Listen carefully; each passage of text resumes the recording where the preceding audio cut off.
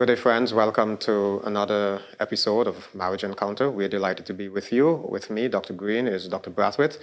And it's just a joy to be able to sit and discuss these very important principles of marriage. Today, we are going to be going into, you may want to say, another aspect of boundaries.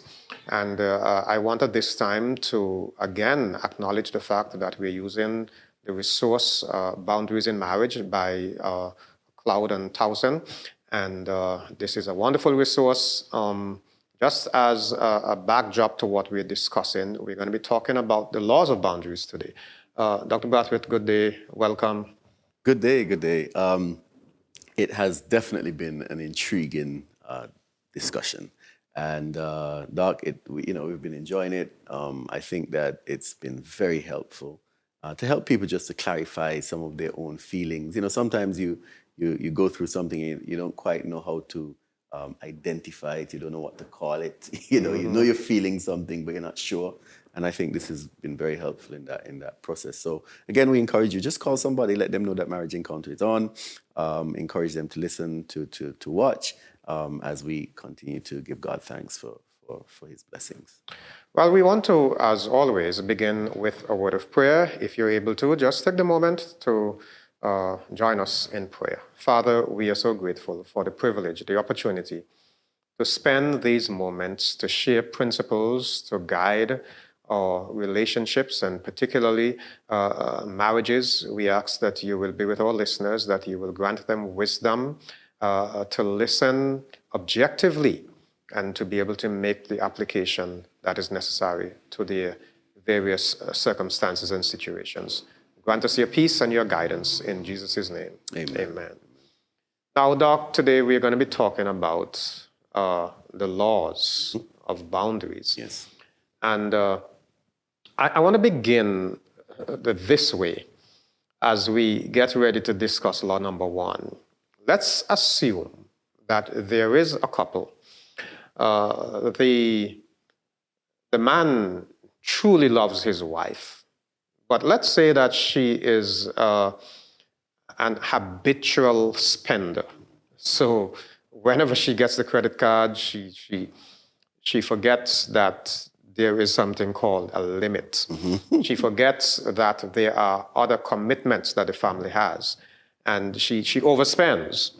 And then, when the husband eventually finds out, when the bill comes, and he begins to talk to her about it, she says, "I thought you loved me, and I feel so sad. I didn't want to be in a poor family." And then he says, "Okay, honey, I love you. I understand. I'm going to try to work a little harder." Now, if that continues consistently, what this gentleman is effectively doing is that he's allowing this lady to break the rules and to get away with them altogether. And that's where we want to begin, by talking about the law. Law number one, Cloud and Townsend said that it is called the law of sowing and reaping. Put differently, the older folks used to say, you reap what you sow. Yeah. Very important, Doc. The context that you created, sometimes we become enablers for bad habits that have long-term destructive effects on our relationships. And we have to have the courage, I think, and to develop the skills, to be able to address those concerns. I think that is so crucial. We've said it over and over again here. Relationships provide an opportunity for you to build skills, all right? So when we look at this principle, Doc, sowing and reaping, what we're saying is that our actions have consequences. Precisely. That's the idea. Yes. They have consequences. And the matter of consequences, because if I go back to the illustration, and this illustration may be deliberately oversimplified, but if I go back to the illustration of sowing and reaping, I like, let's say, I like okras. I really do like okras in all forms. I like them raw, I like them cooked, I like them sliced, But if I have a garden and I sow tomatoes, which I don't so like, but I tell my wife, go to the garden and get me some okras, then I would be out of place. And if she goes out there and she realizes, oh, there are no okras, let me rush to the supermarket and buy some so that he will feel satisfied. When I tell her, go to the garden and get some okras, and she goes otherwise and gets the okras, making me think that, well, she has the ability to go out and get the okras when I didn't plant okras. She's facilitating a bad behavior of mine. Right. And what that does, it reinforces me in this behavior, and it does not help her because it is putting her under pressure. Now, she may want to satisfy me, want to please me, but what she's doing is that she is accommodating my lack of responsibility. Right. And that's pretty detrimental. Yes. But there's a consequence to that. Exactly. Right? I mean, as you said, the fact that she is accommodating maybe your negative behavior is reinforcing in your mind that you can get away with that, number one. But the second point is that negative behavior also causes distance. So when individuals fail to address certain behaviors, as I said earlier, you are actually creating longer-term problems, all right, for the relationship. Because even though you may accommodate it in the early phases of a relationship, in some instances, there comes a point where you get to the place where you say, I can't do this anymore. I mean, you said actions have consequences. Yes. And I am thinking of consequences in a two-dimensional approach there. Because what you said there is so very important, Doc. If I persist in that behavior, what I eventually do by my actions is that I'm pushing my wife further away. Yes. Now, what should really happen in the first instance is that she should have said to me, listen, you did not plant okras. You cannot get okras from the garden. Right. Or if you think you can, go and get it yourself. Get it yourself. I mean, and then I would learn that if I don't plant okras, I can't get okras. Right. So there are consequences to my action. I must learn the consequences of my action or inaction. Yes.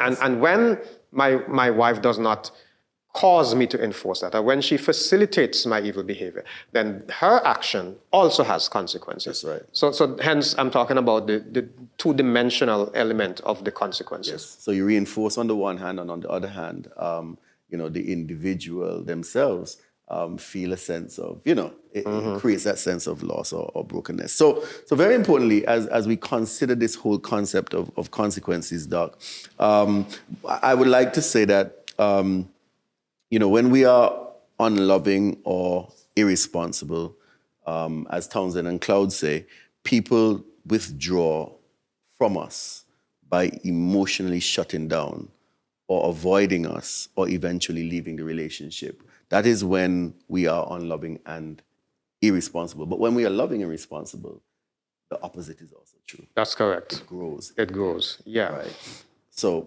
as depending on the choices that we make, we can either grow our relationship or we can cause it to suffer, struggle. Now, in a sense, Doc, we are also, because we're dealing with a marriage here, and of course we're talking about laws of boundaries. In other words, what we're saying is that if we're going to use the principles of boundaries, we have to understand that they operate within a certain context. Yes. Right? And naturally, when one does something, there is, a particular action causes a certain kind of reaction. Yes. So we must bear that in mind. Yeah. Now, again, Cloud and Townsend said they use the term playing and not paying. Right? So when one person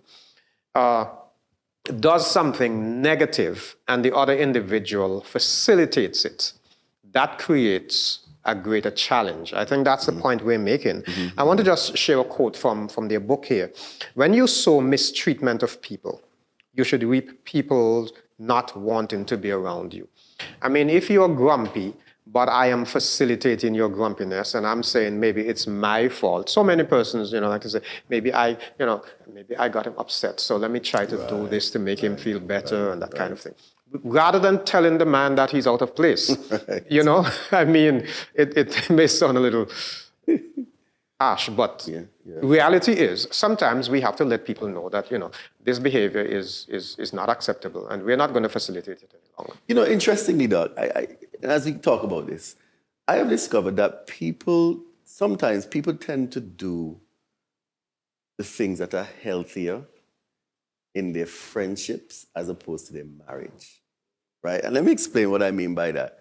Some people, they have friends and they will always set the friend straight. If the friend comes to their house unannounced, how much times I tell you don't do that? Do not come here without telling me you're coming first. Or they'll put them in their place. And those friendships tend to last because you're not accommodating the poor behavior. Some people have had friends, and you'll hear in our context, you hear people say, "We roll and tumble all through the years," meaning in some cases that, listen, we are straight up with each other, we are honest with each other. When we step over each other's boundaries, we address it right away, we fix the problem, we move on. Some people tend to do that in friendship, but in their marriage, they seem timid. They feel like you're not supposed to do that in a marriage. And that is the very thing you are supposed to do in a marriage. Because in your marriage, that person is supposed to be your best friend. And if you can't say to your husband, to your wife, to your spouse, listen, I don't appreciate what you did. I don't think that what you did was the right thing. Or if there are no consequences to their actions, as we say when you're playing, meaning that you allow the person to continue with they don't have to pay anything. They just get away with everything. Then you're really, you're not doing justice to your relationship. And so sometimes, as we're discussing it and we're kind of fleshing it out and helping people to understand some of the terms that we use, what we're saying is that some of the principles that we use in our friendships with other people are the actual principles we need to use in our marriage and not feel like by doing so we're doing it some injustice. Doc, a few weeks ago, I was away. I had a surgery, and I for part of my time away, I stayed with my in-laws. Mm-hmm. And the point you're making there came home forcefully to me one night when my sister-in-law was watching a particular show on television, and I decided let me look on. Yes. And it was something called marriage at first glance, or something to that effect. I don't remember the correct name, yes. name, but the idea is that these folks got married the moment they met, and then they're going to go through a period of counseling and so on. And while they went to this center, they would often talk to one another, more than one couple. So couples would, and there was this particular lady who was sharing with another one, and she was saying some of the challenges she was having with her husband. And when I heard this lady counseling her and telling her what she ought to do and how she should respond to the challenges that she was having, she sounded really, really professional. But a few minutes later, when her husband came, she did the total opposite of what she said. So that point came forcefully to me. How easy it is for us to tell other people the right thing, but then when it comes to our own situation, we just do it. Right. Exactly. Right. And the question we answered last week about jurisdiction, sometimes some persons in their marriages feel so stifled. They think, I so want this marriage to work. I'm going to take whatever comes. And that is unfortunate because unless, again, to go back to the playing and not paying, if you are playing a bad game and you are getting away with it all the time, you're going to continue to do that. Exactly. You're going to think, well, my spouse is okay with this. Exactly. And you will never rid yourself of that particular burden. Exactly. So again, for the point that I really want to establish here is that in a marriage, you ought not to be afraid to address the issues that may arise for fear that you will hurt the marriage.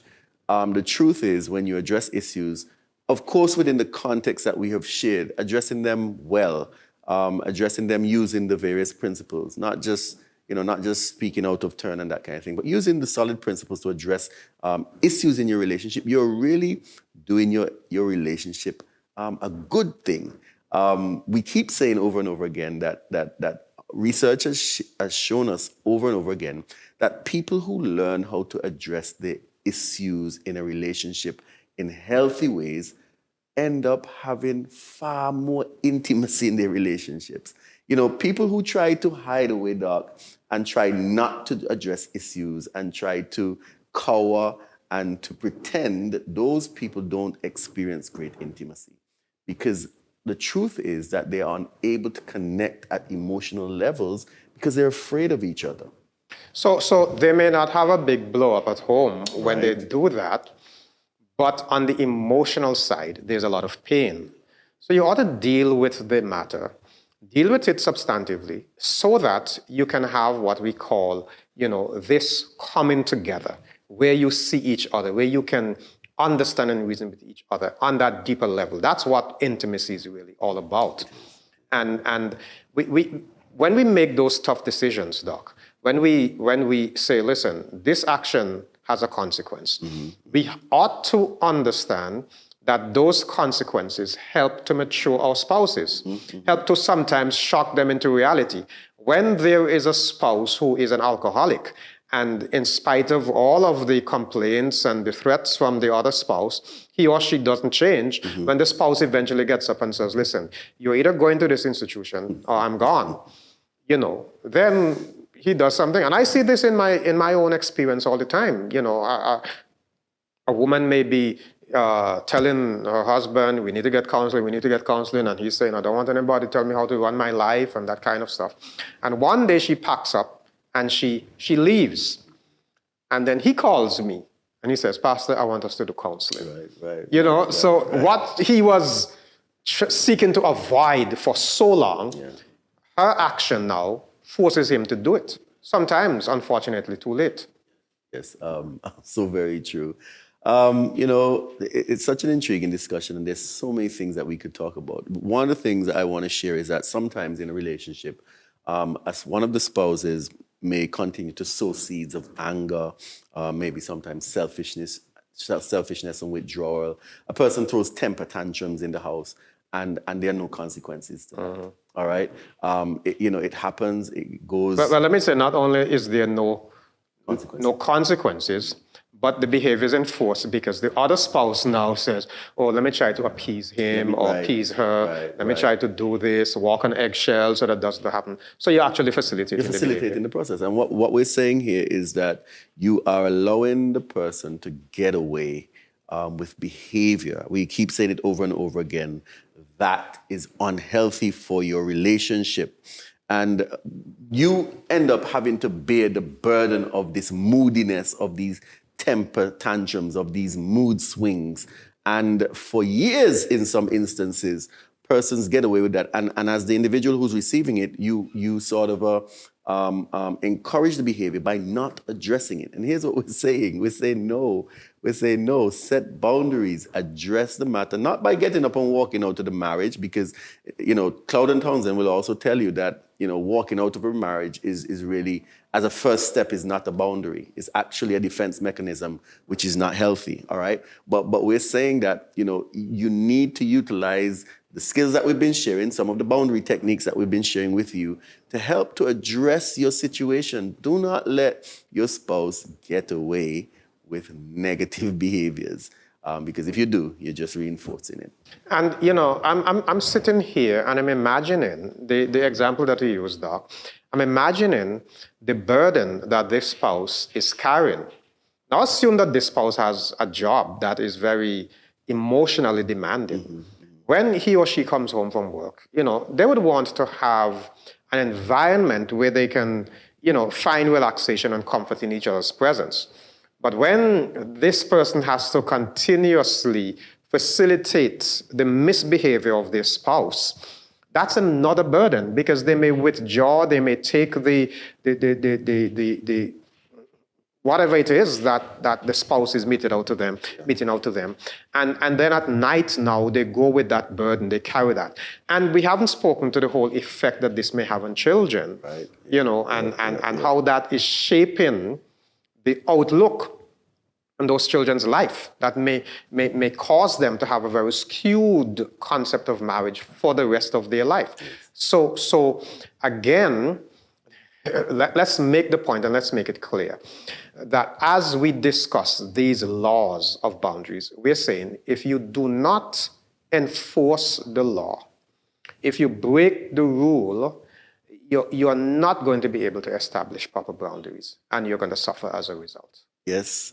And ultimately, when you consider what we've been sharing, if you continue to mistreat your spouse in that particular way, there's no wonder that the person may not want to be around you.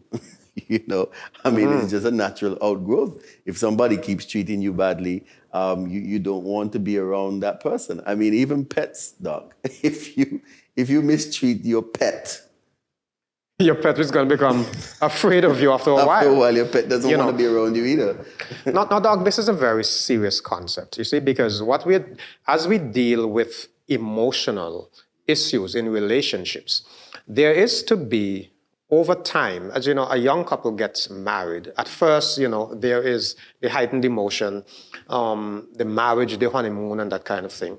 But after the honeymoon is over and you begin to face reality, there should be that growth towards intimacy, yes, where you can feel comfortable in each other's presence, yes, where you can have assurance that if I have a challenge, my spouse is going to help me bear this challenge.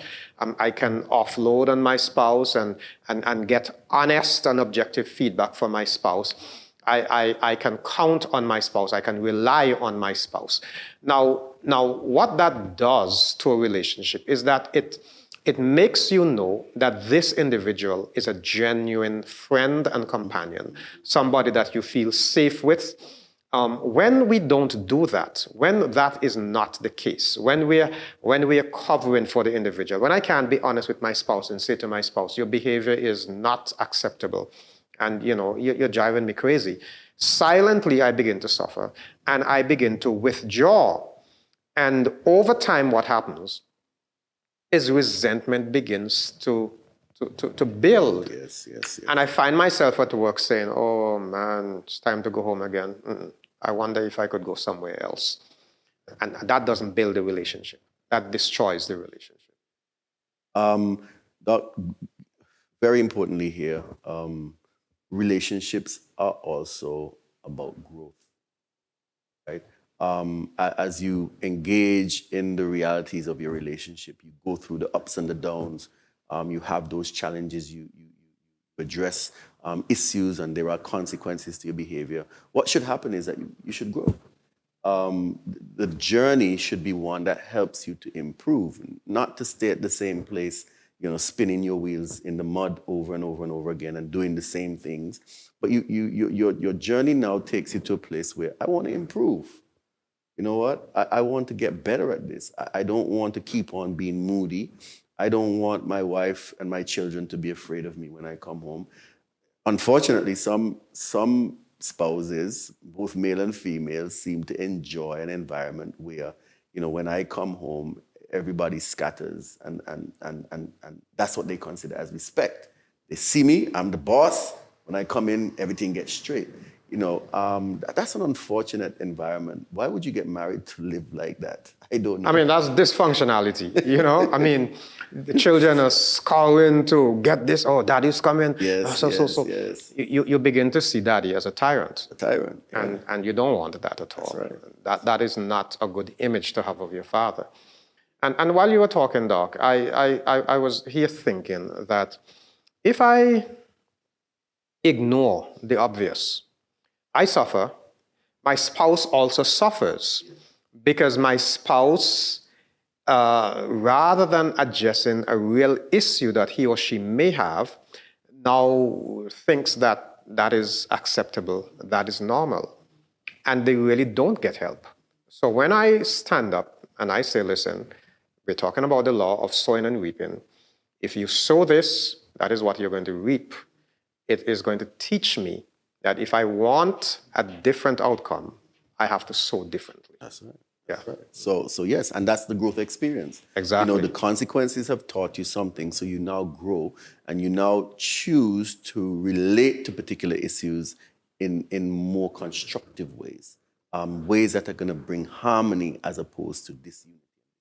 That's right. This is a good place for us to wrap it up today. Friends, we're going to be continuing over the next several weeks as we explore these 10 laws. Again, we we do know that for some of our listeners, these may be new things or strange things, or nobody has ever really sat down and come outright and say these kinds of things. Yeah. And I can imagine that there's some individuals who are saying, look how those people are trying to create problems in our relationships. Mash up my relationship, Yeah. right. Sometimes we have to feel the pain in order to get real healing. Get the game. That's right. But of course, next week we will continue. Yes. So if you have questions, comments, or concerns, the two methods that you can use, put them in the chat if you're on Facebook, YouTube, and of course, you can also send us an email. You may want to do something more personal, marriageencounter@slcadventist.org. Doc, final words. Well, as we close today, we've looked at that principle of reaping what you sow. We want you to sow good things so that you can reap good things and that your marriage can grow on a daily basis.